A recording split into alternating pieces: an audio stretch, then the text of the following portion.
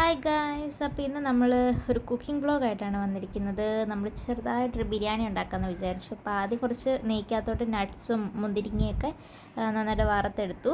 എന്നിട്ട് അതിലേക്ക് തന്നെ ഈ ഗാർണിഷ് ചെയ്യാൻ വേണ്ടിയിട്ട് കുറച്ച് സവാള നല്ലതായിട്ട് വറുത്തു.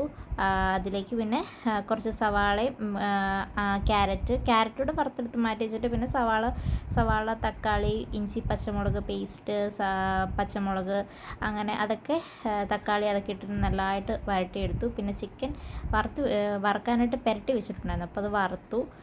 പിന്നെ നമ്മൾ പുതിനയിലയും നട്ട്സും കൂടി അരച്ച് ചേർത്തായിരുന്നു, അതിൻ്റെ വീഡിയോ എടുക്കാൻ പറ്റിയില്ല. അപ്പോൾ അതൊക്കെ അരച്ച് ചേർത്തു. പിന്നെ ചിക്കനും ഇട്ട് ആഡ് ചെയ്ത് കറി വെച്ചിട്ട് രണ്ടും കൂടി ദം ചെയ്തെടുക്കുന്നതും വീഡിയോ എടുക്കാൻ പറ്റിയില്ല. പിന്നെ കൂട്ടത്തിൽ സാലഡ്, പപ്പടം, പിന്നെ അച്ചാറും ഉണ്ടായിരുന്നു. അപ്പോൾ ഇത്രയേ ഉള്ളൂ. Bye guys.